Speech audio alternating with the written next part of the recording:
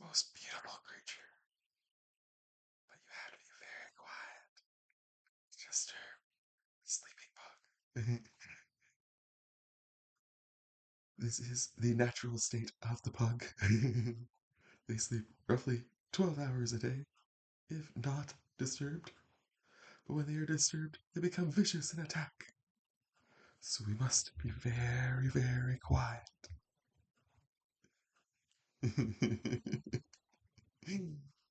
Good morning, magic players and card collectors of all kinds, and of course all you puggy lovers out there too.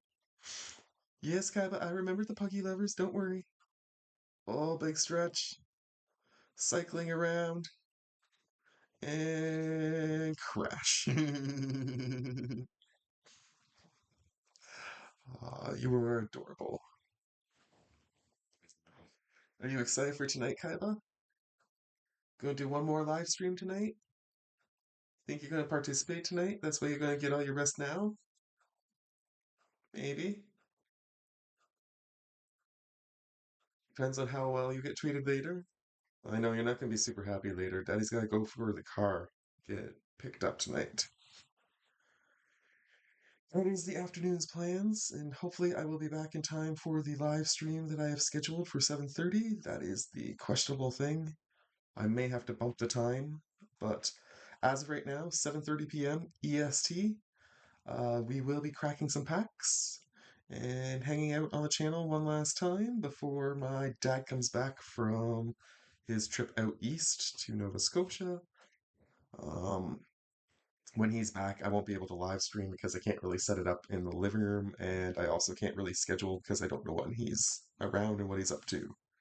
Um, on the rarest of occasions, I might know that he's going out to dinner or something. I can schedule like an hour live stream real quick from like 6 to 7 or something like that, but it's not going to be something that will be as easily planned out as it is right now. So take advantage of things while I can, kind of thing. Speaking of,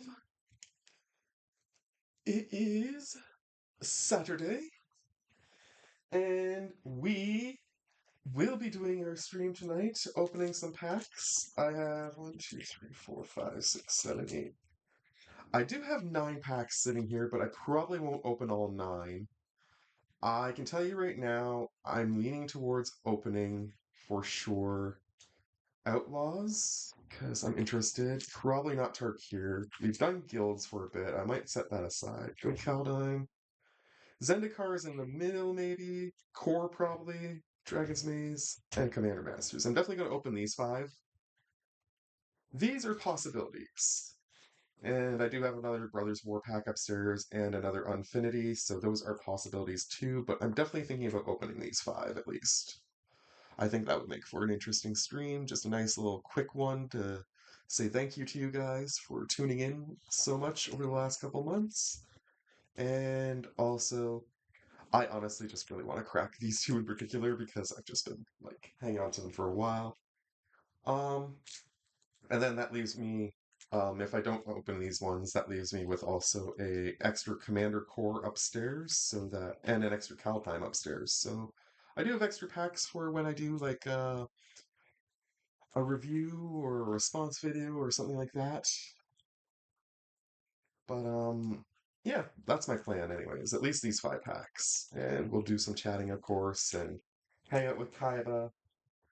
And speaking of packs, and speaking of Saturday, it is time to check out the results of our first ever Commander Core Creator Challenge. I can't remember if there's actually a way I'm supposed to like announce that because I forgot to watch the first video again before I started this one. So if there was like a weird way that I announced it last time, just remember that and plug it in here in your brain. Oh, I am so sleepy. I've been up for 3 or 4 hours now. I've been watching a friend of mine stream. Shout out to Sean. He was playing Resident Evil 7 last night, and it was a lot of fun watching him try to battle the alligators and stuff in the swamp as Joe. Good times. But I want to get this video done before my brother gets over here to cut the grass, so I've made sure that I took notes today so I can keep myself on point, and that way I can also make sure that you guys are not sitting around watching me stumble and stutter for a couple hours on this. Because we do have two decks to look at. We have the deck that I built, and we have the deck from the one and only other participant in the contest this month. Um, and as a result, Snoop, the participant in the contest, is automatically the winner of the first ever Commander Core Creator Challenge. So congratulations, Snoop. Um, I was going to give out some arena codes this month to the winner, but I was talking with Snoop on the Discord and he doesn't have arena. So, Snoop, as a prize to you, if you want, DM me in the Discord and I will send you a pack of cards. What I am considering sending you is a pack of Tarkir because I have an extra one kicking about. If you would like that, or I can send you one of the older packs that I mentioned that I have also stored um, upstairs for response videos. But yeah, congratulations for participating and winning automatically because nobody else showed up. For those of you who are watching these videos and who did not show up, I'm not gonna say that anything about it. It is your option to play or not play. But I think that we had a lot of fun with this one, and I think we'll have a lot of fun with next month's. I haven't picked the commander, of course. I do that next month, or next week. And when I pick it next week, I will also probably show you the pack that I'm going to give away as a prize. Um, I'll go out on Friday and pick up some packs from my mystery store. In the meantime, though, let's get into this. So, for last month, the commander that we needed to build around was. Just want to make sure there's no extra cards in the box. Nope. Was Molimo, Marrow Sorcerer. I have built a bracket 2 deck. Um, the deck that Snoop built, according to Moxfield, is a bracket 3 deck. Um, I will have to bring down the camera to show you his deck because I forgot that I wanted to add a screen sharing thing to this, but that's okay. I'll figure that out for next month and figure out how I'm going to do that because there's got to be a way to switch between them. I'm sure there is. Anyways, um, for now, of course, though, I will show you my deck first, and then I will show you Snoop's deck, and we will compare and contrast our different styles and approaches for this. And I will say that there were a few cards in common, but not very many, aside from, of course, lands. We, of course, both had a bunch of forests in common, but those were the only lands actually that we had in common as well, were forests.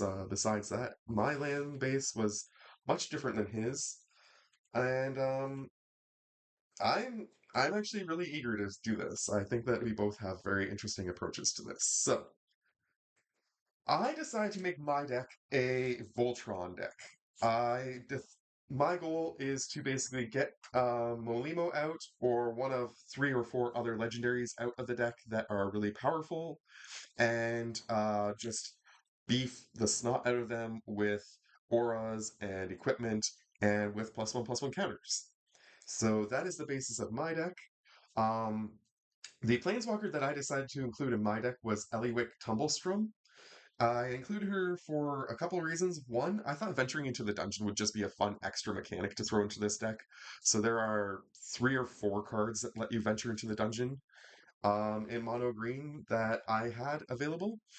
There's probably a few more that I don't know about, but the ones that I had available are the ones that I tucked into this deck. Um, but I do like her other abilities as well. Look at the top 6 cards of your library. You may reveal a creature card from among them, put it into your hand. If it's legendary, you gain 3 life. There's not a crazy amount of legendary creatures in here, but there's a decent amount. I think there's like somewhere like 5 to 10. So, I mean, you're going to probably get life occasionally when you do this. But the biggest thing is, of course, to try and get the emblem. If you can get to her ultimate, creatures you control get trample and haste and have +2/+2 for each differently named dungeon you completed. So just by cycling through all the different dungeons, you can end up giving your creatures essentially +6/+6 trample and haste, which is pretty cool if she survives long enough. Now, the big thing is, does she survive long enough? There's not a lot of ways to protect her in green, but there's a couple. And there's a couple of ways that I can recur her too, but I wasn't breaking down any of my current decks in order to build this deck. I decided that whatever cards were in decks already should be off the table for this competition for me. That's just a rule that I'm playing by for myself. Of course, you guys do however you want. Snoop ended up building his on Moxfield. I don't know whether he actually even has all the physical cards currently. I know he was considering building it, but he decided that he was going to get a precon, which was definitely a really good choice because he got it for an insane deal. Anyways, my lands are a gingerbread cabin, which, as long as I have three other forests on the battlefield when this comes into play, it comes into play untapped. And if it comes into play untapped, I get to make a food token. So, just an extra way to gain a little bit of life. But mainly it's just in there because it's a forest. Tranquil Thicket is in there essentially just for the cycling ability, and it also enters tapped, but does tap for green. And Hunter's Maze enters tapped also, taps for green, and lets you draw a card if you sacrifice it. So not terrible. And then the rest of mine are all just forests. Nothing overly crazy. Couple of neat artworks because I wanted to just include whatever I had randomly kicking about in my lands box. But for the most part, nothing crazy in terms of the lands. When we get over to Snoop's deck, you guys are going to see a pretty neat land base that he developed, which really plays into his strategy of the deck. My deck really isn't as focused on the lands, although there are a few creatures that do benefit from having a massive amount of land on the battlefield. For the most part, for me, it wasn't necessarily about um, land triggers and having land on the field. For me, it was simply about trying to beef up whatever creature I decide to make the Voltron creature. Now, uh, continuing on, I have not put these in any particular order. I realize that my notes are actually based off of my deck on Architect, which I will definitely link that in the video description as well. Um, if Snoop is okay with it, I'll link his deck as well, but for now, I'm not going to put that into the description. I'll add it in later if he says it's okay after he sees the video or after I get a chance to talk to him on Discord. Speaking of which, make sure you join our Discord of pugs and card players. So we'll just go through the deck, and as we go through it, I'll go through my notes and just explain why I did what I did with this deck. Um, for the record, if I were to switch the commander, this is one of the options that I would definitely consider. Yisan the Wanderer Bard is. I kind of designed this deck a little bit around him in regards to there is a creature of every mana value except for 9 in this deck up until 11. So from 1 until 11, with the exception of 9, because I couldn't find a green creature with 9 mana value, nor a colorless one that I actually liked. So for 2 and a green, you can tap this, put a verse counter on it, and then search your library for a creature with a mana value equal to the number of verse counters on it and put that card onto the battlefield. Basically, if I were to build a different, like, this is an interesting way to run the green deck, and I was originally considering building it around this concept, but ultimately I decided that Voltron was the better way to go. This is just, though, an interesting alternate for the commander. Kosai is actually probably the commander I would go with for this deck, though. Kosai Penitent Warlord is 1 and 2 green. He's a 0/5, but as long as he's enchanted, equipped, and has a counter on him, he has the ability that whenever he deals combat damage to an opponent, you draw that many cards, and then he deals that much damage to each other opponent. So essentially, if you can beef him up to 21 damage and get through on somebody, you can wipe out everybody at once. because technically he'll be dealing commander damage to everybody else at the same time as he's dealing the commander damage to this person that you're attacking. Um, I would definitely make him the commander of this mono green deck because of the way I've designed it. So he is my actual commander when I switch this around. But as I said, there are a couple other options. We do have Yorvo. Um, Yorvo gets pretty big pretty fast. Enters with 4+1/+1 counters to start with, and whenever another green creature enters the battlefield under my control, I put a +1/+1 counter on him. And then if that creature's power is greater than his, I put another +1/+1 counter on him.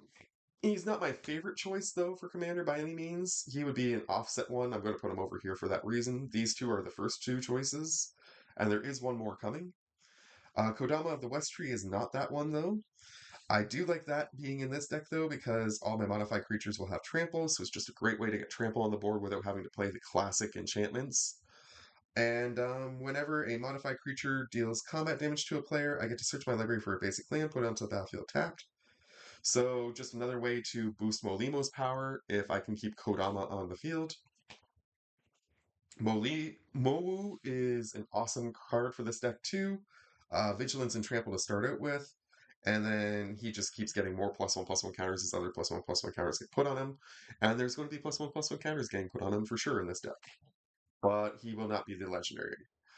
Forgotten Ancient is one of those cards that's definitely going to be doing the +1/+1 counters. Whenever anybody plays a spell, I put a +1/+1 counter on this thing, and at the beginning of my upkeep, I can move any number of those +1/+1 counters to a different creature I control. So basically, if I put them on Muwu, he's going to get double whatever I put on him. Putting on Kosai gets him set up for his ability really fast. We got Fanga Shigeki, just simply in here because of the Death Touch. Great way to remove a creature that's a bother. Llanowar Elves for the mana. Canker Bloom as removal. Sacrifice it and destroy an artifact, enchantment, or proliferate. It can also boost the +1/+1 counters, but chances are it's more going to be in there for the enchantment or artifact. Same with the Undergrowth Leopard.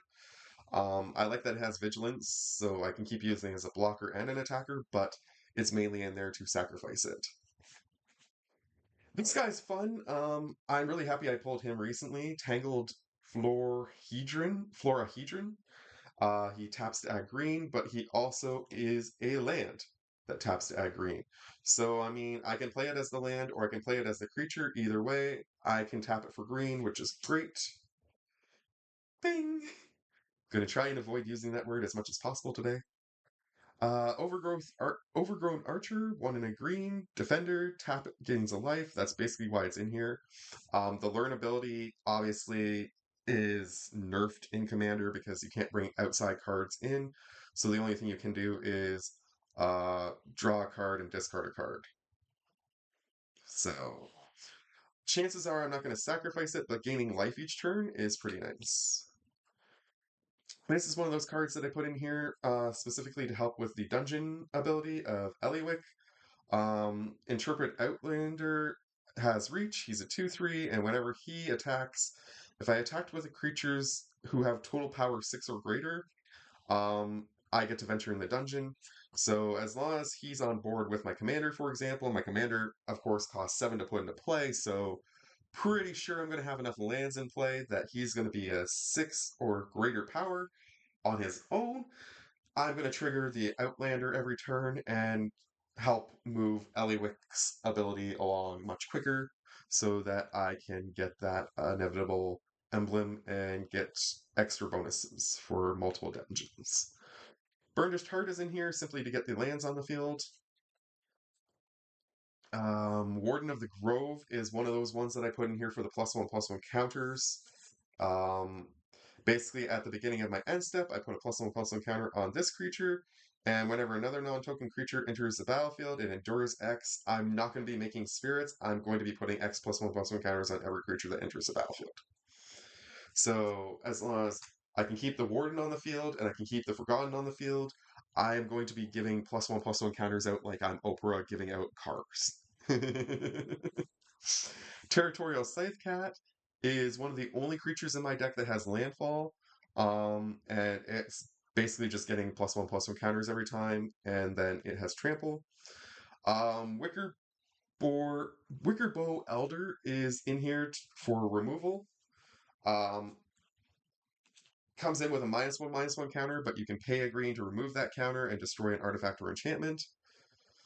Rampart Architect is in here because whenever he attacks or enters, I make a wall, so I'm getting extra tokens.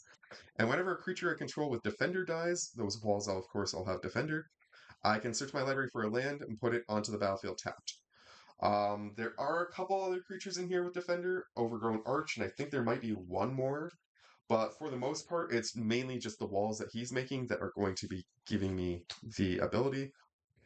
Um, Banner High Khrushchev, that's actually one of the ones that I could potentially pull from this deck and put into something else. It just kind of made the cut mostly because I added a lot of elephants to this deck. I'm going to be honest, I like elephants. So I think I put in like 5 elephants, maybe 6 that I had kicking about. Banner High Khrushchev is in here mainly because of the +1/+1 counter stuff that it does. I can either discard it and put +1/+1 counters on stuff, and then after I discard it, I can also remove it from the game and put more +1/+1 counters. So same thing with Deadbridge Goliath, except for it only does the stuff when I exile, but it's going to put 5 counters instead of 4, so that's an extra. Costs a little more to pull it off, though. Nope. Yeah, actually, it costs less to pull it off with him, so that's actually pretty solid. Another elephant, but this one's in here because it has a mana ability. Um, as long as I can buff this creature's power, which I've got a whole bunch of +1/+1 counter stuff going on, so I'm going to buff this creature's power. It's going to give me a ton of green mana when I tap it. Sagu Pummeler is in here mainly because, again, of the renew ability. I do like the fact that it has reach, don't get me wrong. It's great. Darn, that's 2. To have creatures with reach in green, but the fact that I can put a reach counter and +1/+1 counters on something by removing it from the game is the main reason it's in here. Especially because if I decide to target Kosai, say if Kosai was my commander, which, again, if I decide to keep this deck as a deck, and I haven't decided yet whether I want to keep it or I want to break it up, there are some things I want to pull out of this deck for sure and put into a couple of my other mono green decks, but I might still keep most of the core of this deck and just touch it up a bit and have a third green deck with Kosai as the commander.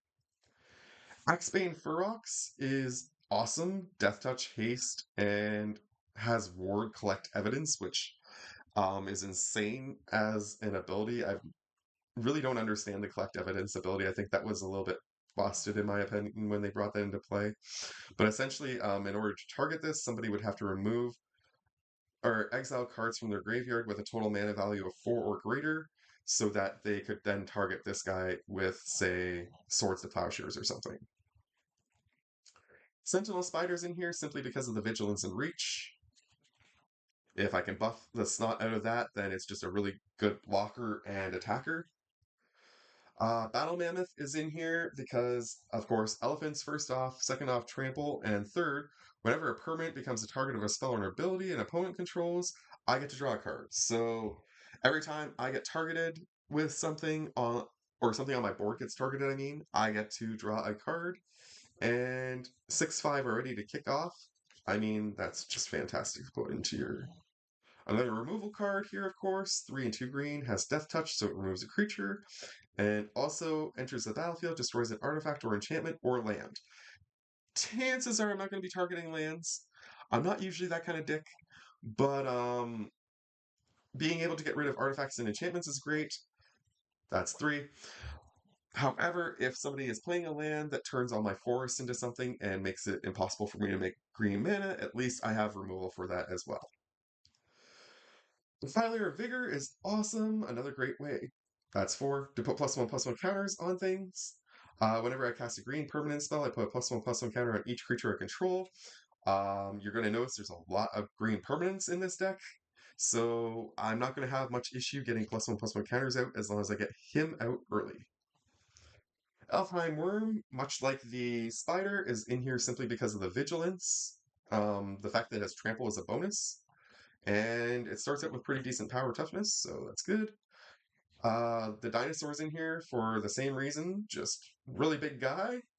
12-8 to start out with, and then if I can give him some abilities with my artifacts, enchantments, and such, I can probably swing in for massive amounts of damage. Apothecary Stomper, another one with Vigilance, and when he enters, I get +1/+1 counters or gain life, plus he's an elephant. You'll notice I'm doing that the deck is built in order of mana value originally. That's why um, it was organized this way. And with Yisan at the front, because originally Yisan was going to be the commander of this deck until I realized that Kosai was just a much better choice. However, Grun is the third choice that I would consider for this commander. Grun, the Lonely King, is a 4 and 2 green, which is expensive, and he's a 5/5. And he has Kicker 3, which is also expensive. But if you play the Kicker, you get to put 5+1/+1 counters on him. And then when he attacks alone, you double his power and toughness until end of turn. So if you make this your commander and you Voltron the crap out of this and you swing, chances are you're taking out a player every turn. The reason I've decided Kosai is the better choice, though, is simply because of the mana cost. Kosai only costs 3 to put into play. Um, it takes a little bit longer to get his ability active, but once he's active, he's a real threat on the board. Um, However, because it takes longer to put him into play, I'm hoping he won't be targeted as quickly as Grun will be. Because as soon as Grun hits the board, if you aren't removing Grun, you are probably going to be the one who's dying. Dusyut Earthcarver. And I probably butchered that. Another elephant has reach, and it endures 3. I'm probably just putting the +1/+1 counters on it. Now we're getting into the stuff that's really big mana costs, and mainly is just in here, again, because of Yisan's ability. So, once again, if I were to go back and edit this deck, which I'm planning to, for Kosai, um, I would probably remove a couple of the bigger creatures in here that just are in here simply for the Yisan ability. Because I figured once Yisan has like 12 or 13 verse counters, if I'm not getting something really cool out of the deck, it's really not worth building it around Yisan. So this, for example, is one of those cool things. It's a 7/7 with trample. When it enters, I gain 7 life, and when it dies, I draw a card. The drawing of the card part, I really don't care about. The fact that I get 7 life out of it, though, and it starts as a 7/7, and then I can boost it a bunch, pretty solid. Ghoultree, again, is in here because of the mana cost. It costs 8, so it was the only green creature that I really liked that cost 8, I'm pretty sure, yep. And therefore, it's in here for Yisan. It costs 1 less to cast for each creature in my graveyard, so it could cost as much or as little as 1 green, but for a 10/10.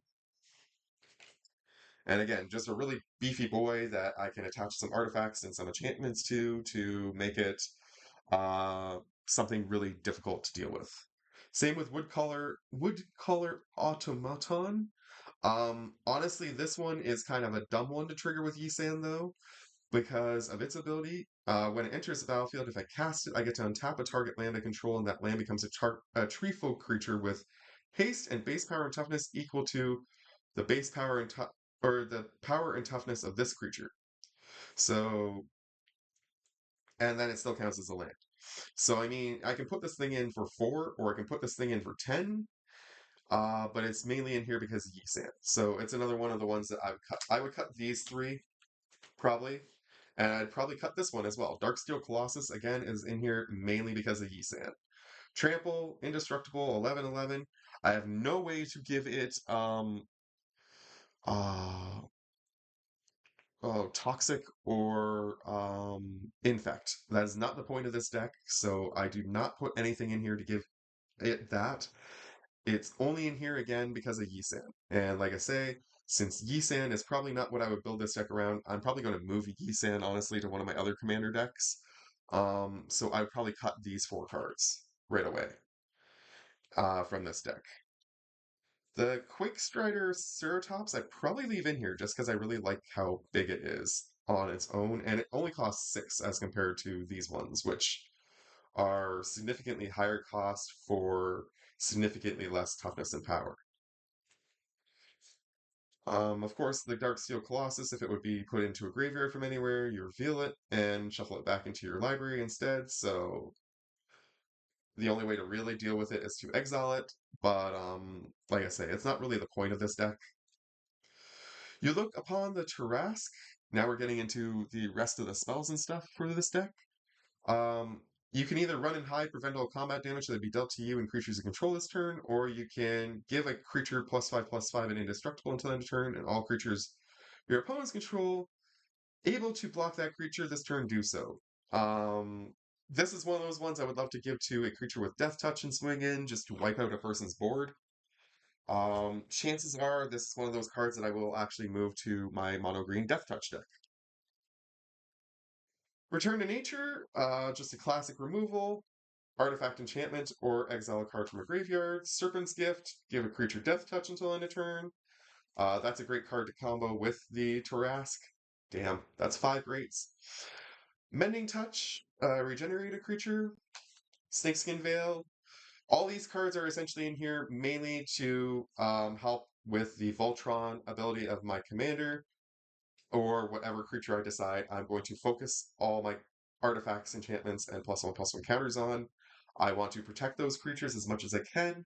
So again, Mending Touch for that, Snakeskin Veil for that, Evolution Charm probably for that too. Target creature gets flying until end turn. Remove target creature from your graveyard. No, that's not one of the ones that works for that. Or gives me a basic land. Fog of War is for that, though, probably. Prevent all combat damage that would be dealt by creatures with power 3 or less this turn, plus I gain a life for each creature on the battlefield. Rishkar's Expertise, draw cards equal to the greatest power among creatures you control. That's just perfect sense for Voltron. And then I can cast a spell with mana value 5 or less from my hand without paying its cost. Most of this deck is pretty reasonably below that mana value, so I have a good chance of having something in my hand that I can play. In particular, this would be a great one to play. That's 6. Return up to one target permanent you control from, or one permanent card from your graveyard to your hand, and then discover 4. Um, Lots of value for 5. Invoke the Ancients. Create 2 4/5 green spirit creatures. For each of them, you can put a Vigilance counter, a Reach counter, or a Trample counter on them. And then, of course, just Voltron them up. Explores in here to get an additional land and draw a card. Cultivates in here to get some lands. Bramble Crash, destroy target non-creature permanent. Gets rid of an enchantment, artifact, planeswalker. And now we're getting into the artifacts. Echo Circlet is in here so that I can do some extra blocking with any of the creatures that have vigilance that I beef up. Blight Cycle's in here so that if I, again, have a creature with vigilance, I can give it also the ability to have Wither, and anything it blocks is just going to get knocked down significantly in terms of power and toughness. Brass Knuckles is awesome because it makes a copy of itself when it comes into play. So you could, in theory, put 2 Brass Knuckles on one creature, or you could put a Brass Knuckle on up to 2 different creatures, and then add another equipment onto each of those creatures to trigger the Brass Knuckles ability, which just gives a creature double strike, as long as it has 2 or more equipment attached to it. This thing gives a creature +3/+3, nothing else. It's one of the ones that I would probably remove if I had a better equipment, and I do have some better equipment that I've pulled recently that I might consider putting into this deck. A Quarter Shield actually is a great equipment because, damn, that's 7. Vigilance, first off, and then it also beefs the toughness of the creature, so it is essentially there to make an amazing blocker. Sigil of Valor is in here because it gives a creature +1/+1 if it attacks alone. I was thinking about the Grun. If I decide to make Grun the commander, combining it with a Sigil of Valor is insane because it's going to get +1/+1 for each other creature I control. So quickly, Grun's power and toughness, it'll start as a 10/10 potentially if I put it into play with with the kicker. And then you add the Sigil of Valor, have, say, 5 creatures on board. Now it's going to get +5/+5, or does it count itself? Each other creature, so it doesn't count itself. So it's going to get +5/+5 in addition to that, making it a 15/15. And then when it attacks alone, or no, when it attacks alone, it's going to get +1. I'm not sure which one triggers first, whether this triggers first or that triggers first. Assuming you get to decide the order, you would definitely trigger this first and then trigger that. So, I mean, you could end up with like a 30-30, is my point that I'm trying to get to. Bloodforged Battle Axe is in here largely because it makes a token of it, creates a copy of itself that's a token whenever the creature it's equipped to deals combat damage. So I can essentially create a board of battle axes and equip them to all my creatures to give them extra power, and then make multiple copies from there and just keep beefing them up infinitely. Thram Power Suit. This is definitely for the commander or whichever creature you're most focused on at the time. +1/+1 for each or an equipment attached to that creature, plus gives a ward 2. Wings of Hubris is in here largely to give evasion to my commander or whichever creature that I decide I want to build around, largely at the time of the gameplay. Gives flying. I'm not going to trigger the second ability likely, which is that it can't be blocked this turn, because you have to sacrifice the wings and sacrifice the creature in order to pull that off, and I'm not really fond of that. Sword of the Hours, more +1/+1 counter shenanigans. Uh, Whenever it deals combat damage to a player, you roll a d12. If the result is equal to the damage dealt or is a 12 or greater, or is a 12, you get to put a +1/+1 counter. You get to double the +1/+1 counters on the creature that you already have put a +1/+1 counter on just for attacking with. So pretty good. Hunter's Blowgun, +1/+1, Death Touch on my turn, Reach on my opponent's turn. Put this onto a creature with Vigilance, and it becomes a powerhouse. Dungeon Map to help with Eliwick, sorry. Pay 3 each turn, and I can venture into the dungeon. Helix Pinnacle is in here mainly as a finisher that people aren't expecting. Only costs 1 to put into play, has Shroud, put tower counters on this thing. There is that one card that let me proliferate before, so I could proliferate the tower counters on this thing in theory. At the beginning of my upkeep, if I have 100 or more counters on this thing, I automatically win the game. Chances are I'm not winning the game this way, but I'm just saying there is an extra way to do it if need be. Gaia's Embrace, 2 and 2 green, +3/+3 and trample, plus it has pay a green to regenerate. Awesome for the commander. Tall as a Beanstalk, enchant creature, +3/+3, has reach, becomes a giant. I don't care about the giant status necessarily, but the reach and +3/+3 is solid. Find the Path, another way to do the venture into the dungeon, but I can only do it the one time, unfortunately, when this comes into play. And it gives whichever forest I attach it to the ability to tap for 2 green instead of 1. Arachnoform, +2/+2, reach, and every creature type. You're noticing a pattern.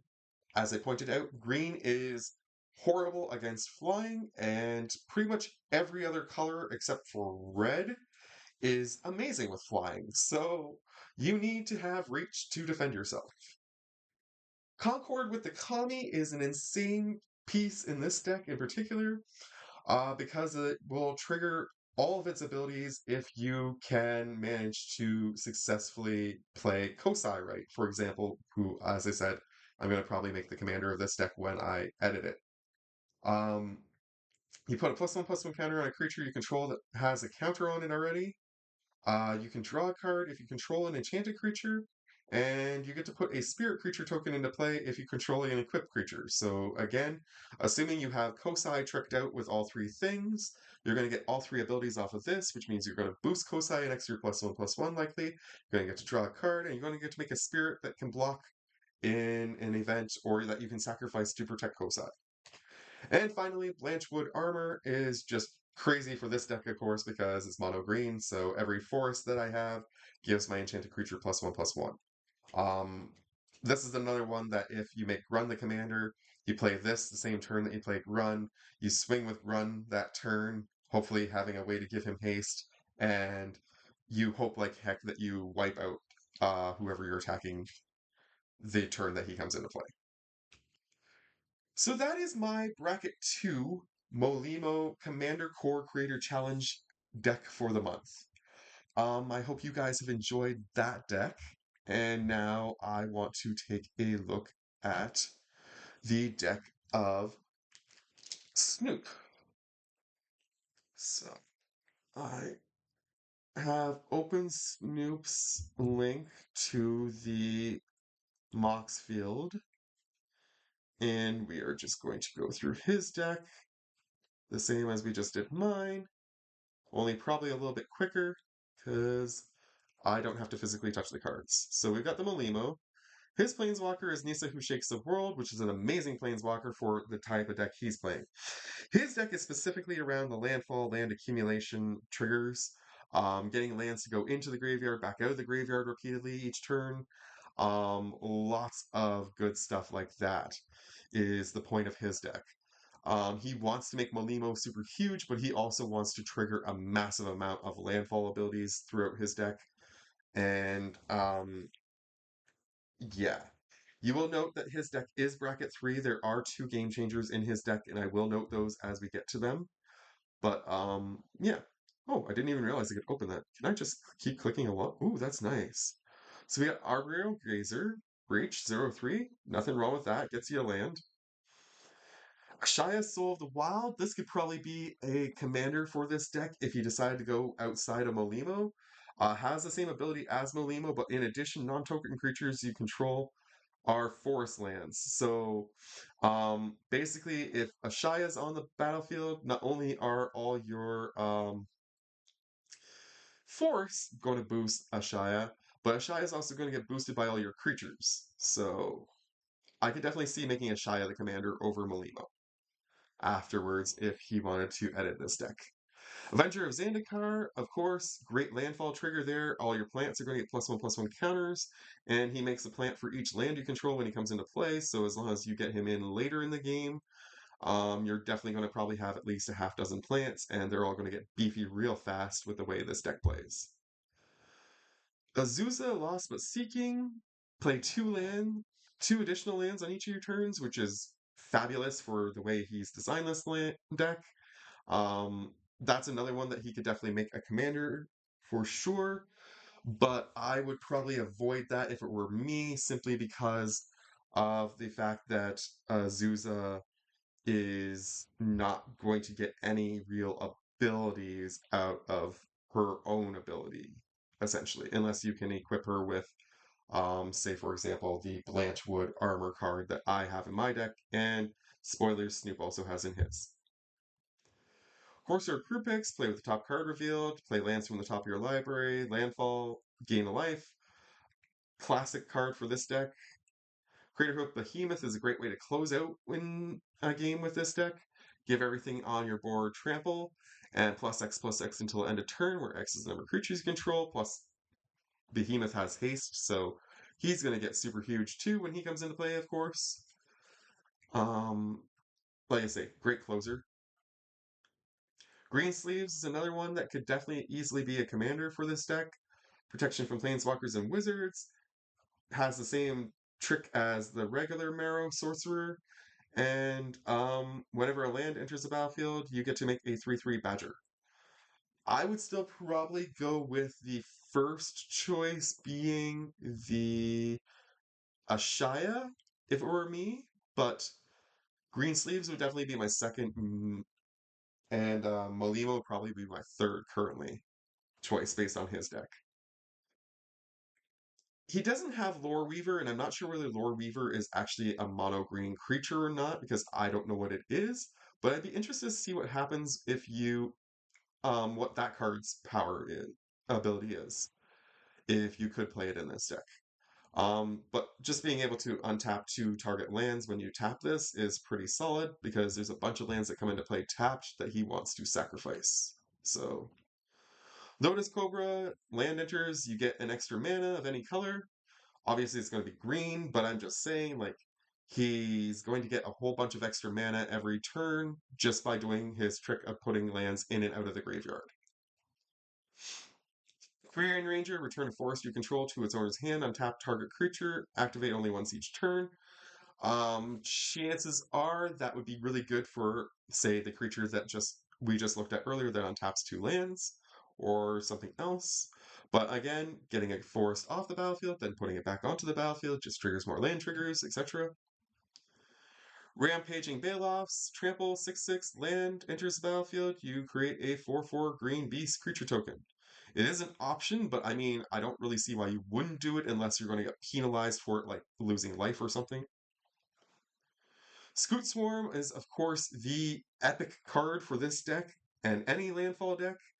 Of course, you're probably going to have 6 lands fairly quickly in this deck. And once you do, you're just making a bunch of scoots and going insanely infinite real fast. Savala, Heart of the Wilds. Add X mana in any combination of colors where X is the greatest power among creatures you control just by paying green and tapping it. You're going to get a lot of mana. And again, this is another one you can target with the untapping creature just to tap more. And whenever a creature enters the battlefield, its controller may draw a card if its power is greater than each other creature's power. That probably isn't going to happen very often in this deck, I don't think, but it happens for a few creatures some of the time, so it's still worth it. Springbloom Druid enters, you may sacrifice a land. If you do, search your library for up to 2 lands. Of course, that's just great for land triggers and such, again. Sylvan Safekeeper, sacrifice a land, target creature you control gains Shroud until end of turn. Great way to protect your commander or one of the other 2 big beefy creatures that gets power and toughness equal to the lands. And again, just another great way to get lands off the field, which then gives you more lands in your graveyard to bring back to the field. Wood Elves enters the battlefield, get a forest, put it onto the battlefield, landfall triggers. Beacon of Creation, 1/1 insect for each forest you control. This thing is insane because it actually gets shuffled back into your library instead of going to your graveyard after you play it. So I need to get a copy of this, to be honest, for my own decks, because I didn't even realize this card existed until I saw it in Snoop's deck. And this is freaking insane for what it does. Now, granted, those insects don't fly. That is the only downside. But still, you're going to make a massive board every time you play this card. And it recycles into your deck. So you're going to get to play it probably 2 or 3 times unless it gets actually like exiled by somebody when they counter it. Destroy target artifact or enchantment. You can put that a land card from your hand onto the battlefield. More landfall triggers, plus gets rid of something. Collective Voyage. Starting with you, each player may pay any amount of mana. Each player sacrifices his or her, or searches his or her library for up to X basic lands, and then puts them onto the battlefield. He's going to get a ton of landfall triggers, and this is a great one to put in early because a lot of other people are going to want lands too, so it's very tempting that way. Snoop had Cultivate and Explore in his deck just like I did. They were 2 of 3 cards that we shared in common, the other card being the Blanchwood Armor that I mentioned earlier. Finale of Devastation is a fantastic card to keep in this deck too. Plus X and haste until end of turn if you pay 10 or more, and chances are he's going to have enough mana to pay 10 or more. Kodama's Reach. Again, Snoop was way more focused on the landfall triggers than I was, of course, because that's what his deck was designed to do. So Kodama's Reach makes sense. So does Nature's Lore. So does Prey, or no, not Prey Upon. I think the next card was. Prey Upon actually just lets you fight target creature you don't control. Rampant Growth. Again, land. And Reshape the Earth. Get more land. Sky Shroud Claim. Get more land. Soul's Majesty. Draw power cards equal to power of target creature you control.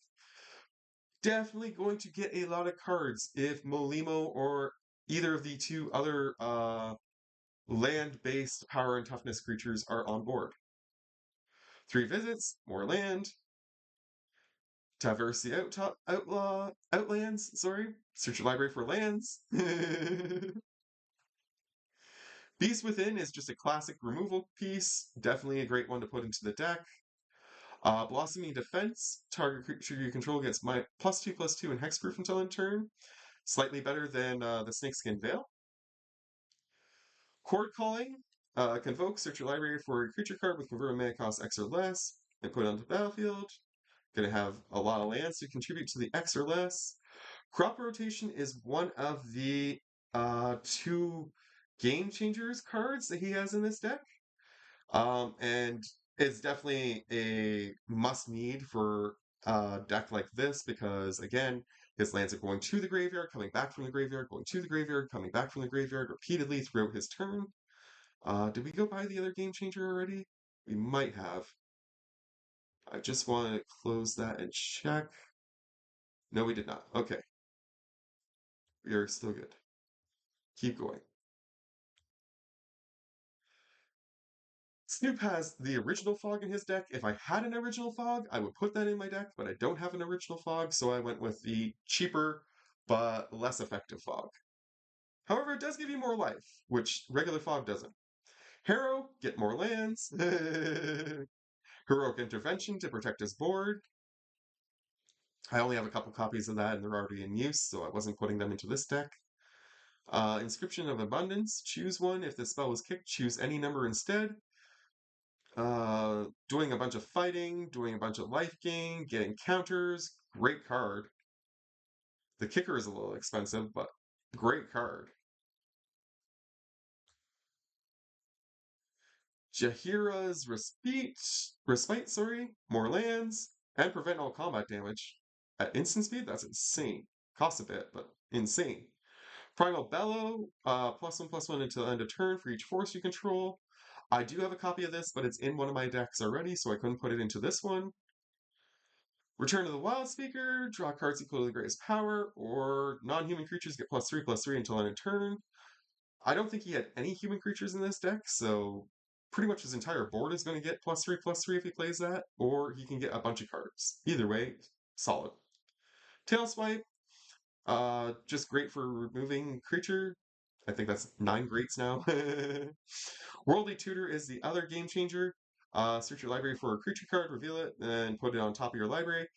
Chances are you're going for one of the 2 other creatures that has star power, star toughness. But, I mean, there are a few other things in here that are definitely worth pulling. So, Worldly Tutor is just an excellent include. Blackblade Reforged just makes perfect sense with what he's doing, and if I had an extra copy of it, it would have been in my deck too for the Voltron ability, but I'm already using the 1 copy or 2 copies that I have, so I couldn't use it. Conduit of Worlds, play lands from your graveyard, definitely a solid one for this deck. I would definitely want to get a copy of this too, actually, for one of my decks. Choose target non-land permanent card in your graveyard. If you haven't cast a spell this turn, you may cast that card. If you do, you can't cast additional spells this turn. Pretty solid card all around. I can't believe that's not on the Game Changers list, to be honest. Emerald Medallion is perfect for this deck. I have one in another deck, so I couldn't put it in this one. Seer Sundial. Uh, insane landfall card. Soul Ring, classic. Staff of Titania is an insane card that I haven't heard of before. I saw this deck, and I definitely want to get a copy. Quick creature gets +X/+X, where X is the number of forest, and when a quick creature deals attacks, you get to create a forest dryad. Land creature token. Not really sure whether that actually taps for mana or not, to be honest. But I would be curious to see if it did.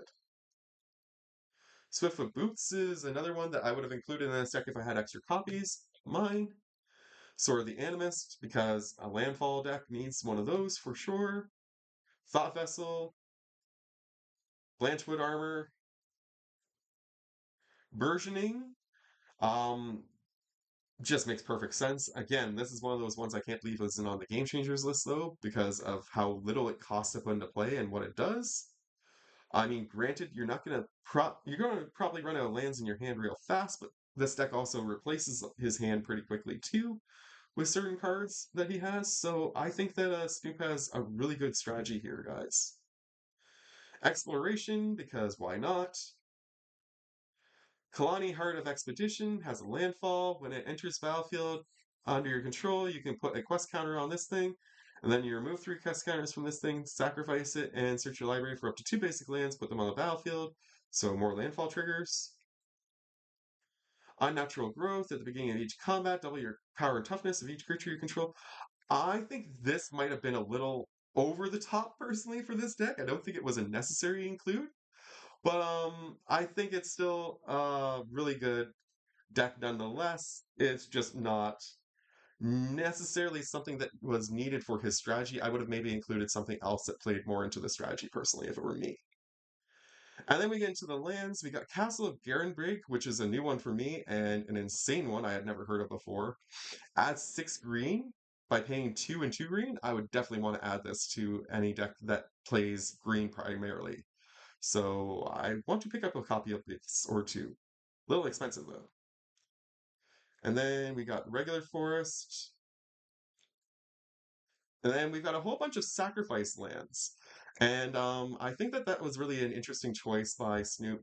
Rather than going with the classic sacrifice lands, he's gone with Misty Rainforest, Myriad Landscape, Verdant Catacombs, War Room, Windswept Heaths, and Wooded Foothills. All of which are insanely good sacrifice lands and will definitely be ones that he can recur repeatedly from his graveyard. He's also got Reliquary Tower to make sure his hand doesn't ever get, he doesn't ever have to discard from his hand once he starts playing some of those insane draw spells. Rogue's Passage to make sure his commander gets through. And finally, Yami Vaya, Cradle of Growth. I only have one copy of this. If I had more copies, I would definitely include it in this deck. But each land is a forest in addition to its other land types. So I don't think he has anything that actually has Forest Walk in here, which is the reason why I included it in the deck that I put it in personally. The deck that I have it in, I believe, is my Elf deck, and that deck has 2 or 3 cards that have Forest Walk. But otherwise, I definitely am really impressed with the commander deck that Snoop built. Um, I think that this has been an awesome first month of the Commander Core Creator Challenge. I'm interested to see what you guys think of both decks in the comments below, which deck you would be more interested to play, which deck you would take and improve, how you would improve it if you would, etc. But in the meantime, in between time, like I say, Snoop, get in touch with me through the DMs and let me know what kind of pack you want me to send you and where to send it to for your participating this month. And hopefully we will get some more participants next month. Remember, if you participate, you have a chance to win a pack of some kind. Could be an older pack, could be a newer pack. You never know what I'm going to give you until the first week of the month after this one. Because I'm going to be more organized next time. All right. My brother is on his way over apparently, so I need to sign out this video before he gets here because he doesn't know I have a YouTube channel. Give you guys a shot of the Kaiba on our way out, and I'll leave you with our outro as per usual. Much love to you all from Kaiba and I to you. Take care, and have a wonderful Saturday, guys. See you tonight in the live stream, hopefully.